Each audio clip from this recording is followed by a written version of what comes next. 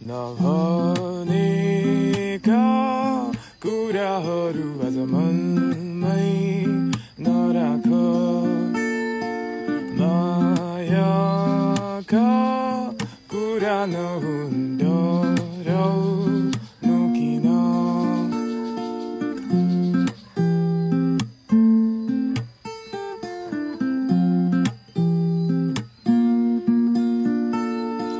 बल्लले भए बल्लै